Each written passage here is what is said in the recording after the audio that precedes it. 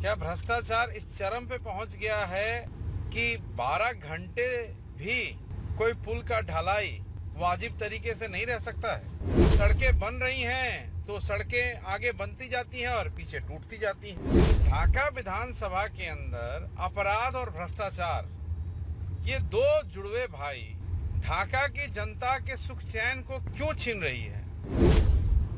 जांच के लिए अगर रिकमेंडेशन किया जाए, जांच के लिए अगर मैं लिख रहा हूं तो उस पर कोई सुनवाई नहीं होती है।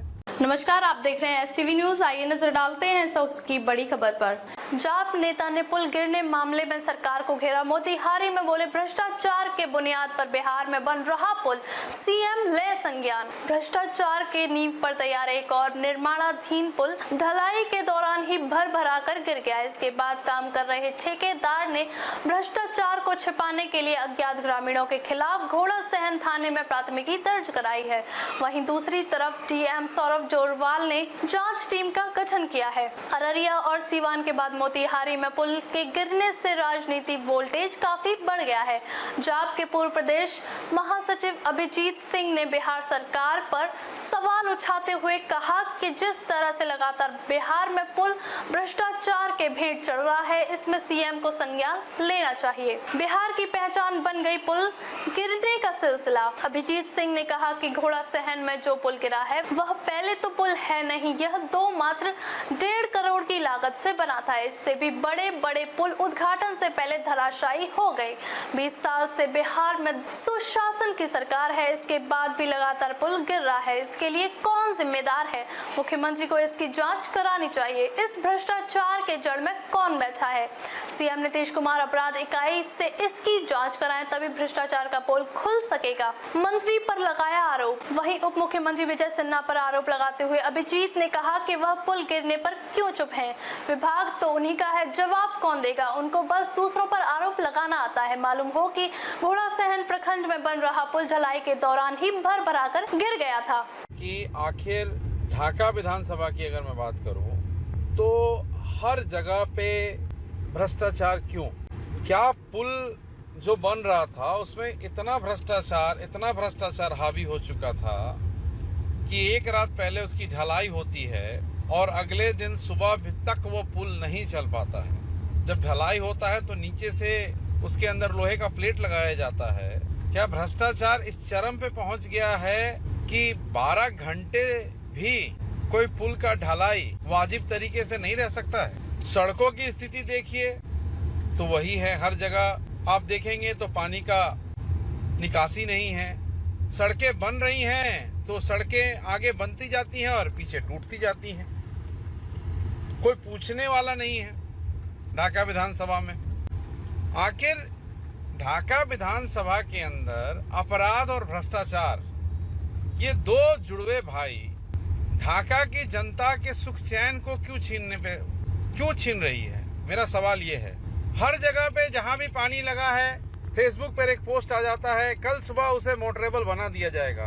अरे मोटरेबल क्यों बनाया जाएगा जब हर रोड का 5 साल का मेंटेनेंस है, हर नाली को बनाने का पैसा है।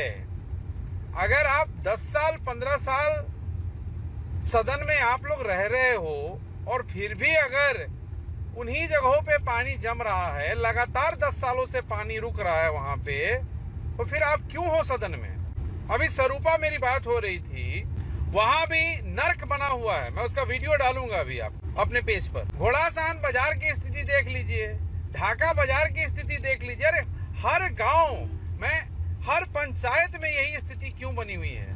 हर जगह मलाई चप की स्थिति बनी हुई है।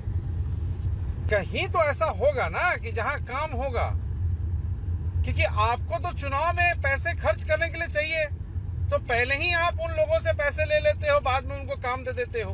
अब पैसे इतने ले लिए जा रहे हैं कि 12 घंटे भी पुलिया जो बन रही है, सड़कें जो बन रही है, बर्दाश्त नहीं कर पा रही हैं। जांच के लिए अगर रिकमेंडेशन किया जाए, जांच के लिए अगर मैं लिख रहा हूं तो उस पर कोई सुनवाई नहीं होती है। ऐसे ही झोड़ाखर थाने में एक युवा की मौत हो जाती है। वो चोर था, डकैत था, क्या था, नहीं था, ये तो न्यायालय देखेगा कि पुलिस और प्रशासन देखेगी। अभी कुछ दिन पहले सुजीत को गोली लगी, अभी वो वेदांता में है, पटना में इलाज करवा रहा है। भाई क्यों? न व्यापारी सुरक्षित है, न कोई व्यक्ति थाने में सुरक्षित है, न कोई जो पुल पुलिया बन रहा है न वो सुरक्षित है, न जो सड़कें बन रही हैं न वो सुरक्षित है। क्या अंबेडकर चौक से जो चैनपुर जो सड़क जाती है, कितनी बार वो बना है, मुझे ये बताइए। और यही स्थिति अभी देखिए, भेलवा आप जाइए, पूर्णिया से आगे भेलवा जाइए, भेलवा बाजार जहां गांधी जी का आना रहा, एक इतिहास में उस जगह का महत्व है, वहां जाने की सड़क की स्थिति देख लीजिए क्या है। भैया सवाल ये है कि ढाका विधानसभा में अपराध चरम पर है, भ्रष्टाचार चरम पर है, मोटरेबल रोड के नाम पे जो लूट मचा रखी है इन लोगों ने।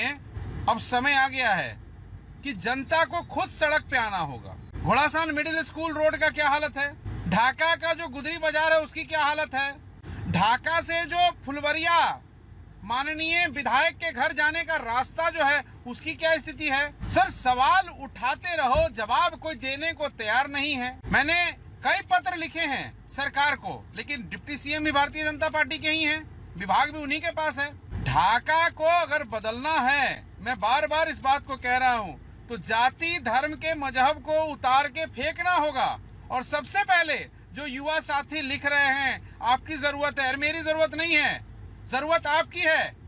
अब आप लोगों को आगे आना होगा, धर्म और जाति की बैसाखी को छोड़ देना होगा, एक नए युग की शुरुआत करनी होगी। क्यों भ्रष्टाचार होता है ये बताइए मुझे। क्यों चाहिए नेताओं को पैसे, क्यों चाहिए नेताओं को पैसे? कि वो चुनाव में खर्च कर सके ना।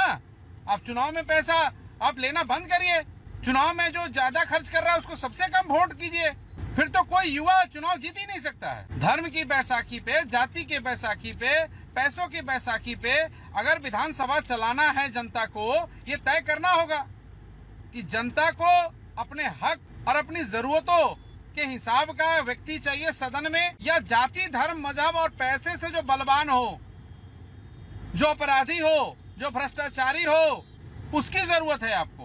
भैया एक दिन आप वोट करते हैं और 60 महीने आप केवल पछताते हैं। मेरी बात याद रखिएगा, मैं वोट की राजनीति नहीं कर रहा हूं, नहीं तो मैं भी जय श्री राम और जय सिया राम और पता नहीं हिंदुओं का जितना नारा है सब लेके बैठ जाता। मैं भी कहता कि ढाका में हिंदू मुस्लिम हो जाए और मैं चुनाव जीत जाऊं। मैं ऐसी कोई परिभाषा पे काम नहीं करता हूं। मेरे लिए 3.5 लाख लोग जो ढाका विधानसभा में हैं, वो उनके ही परिवार का अंग मैं हूं। वो मेरे परिवार नहीं है, मैं उनके परिवार का अंग हूं। आज आरओबी की घोड़ासान में बात मैंने कल डाली, उस पर भी लोगों ने कहा कि ये तो आपके घर के सामने बन रहा है। भैया 26 ROB, road over bridge, foot over bridge नहीं, लिखिए रोड ओवर ब्रिज सैंक्शन हुआ। एक हमने हाथ पैर जोड़ के मांग लिया, गलती से वो हमारे एलसी पे आ गया। उसे घोड़ासान अंबेडकर चौक से कर्पूरी चौक तक बनाना है। इस बात की मैंने लिखित जानकारी विभाग को दिया है। जब देखिए तब देखिए केवल मोटरेबल रोड होता है। क्या है मोटरेबल रोड? मैं सरकार से मांग करता हूं कि जितने भी मोटरेबल रोड पिछले 4 सालों में बना है उसकी जांच करवा लें। आखिर वो कौन सी शक्ति है भाई? जब पानी लग जाता है, लोग सड़कों पे आ जाते हैं, अगले दिन जेसीबी आता है, उस पर कुछ जो है वो चिमनी से जो है ईंटा राबिस आ जाता है, उसको बराबर कर दिया जाता है, बात खत्म हो जाती है। अरे भैया ऐसी कौन सी विद्या है? क्यों?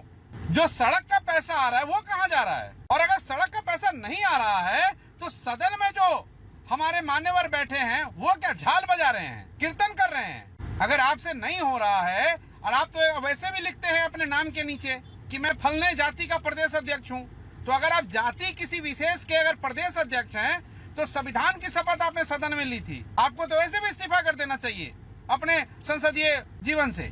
मैं कुछ ही घंटों में वहां पहुंच रहा हूं और मैं मांग करता हूं कि इसकी उच्च स्तरीय जांच होनी चाहिए, और जो भी लोग इसमें दोषी हैं, जितने भी जो एग्जीक्यूटिव इंजीनियर हो, एसी हो, जेई हो, उनके ऊपर पहले कार्रवाई हो। अधिकारियों को सबसे पहले सचेत होने की जरूरत है। मैं बता रहा हूं, ढाका में 1% ना 5% ना 20% दे के जो अधिकारी लोग यहाँ बैठा हुआ है ना, मैं पहले उनको वार्निंग दे रहा हूँ कि आप जो बार बार रात में 9 बजे रात के बाद जो है ना घरों में घुसते हैं ना प्रतिनिधियों के, वो बंद कीजिए।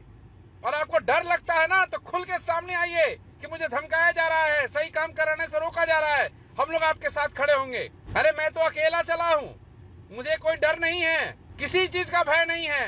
जब 30 लोग मारने भेजे थे तब तो मैं दिया और 60 लोग भेज देना, फिर भी मैं जीवित रहूंगा, क्योंकि मैं सही को सही और गलत को गलत कहने वाला इंसान हूँ। अब तक के लिए बस इतना ही, फिर होगी आपसे मुलाकात ऐसी एक और बड़ी खबर के साथ। तब तक के लिए नमस्कार और देखते रहिए STV न्यूज। यदि आप YouTube पर देख रहे हैं तो STV न्यूज को सब्सक्राइब करके बेल आइकन ऑन कर लीजिए, और अगर Facebook पर हैं तो STV न्यूज 24 के पेज को फॉलो करके लाइक कर दीजिए।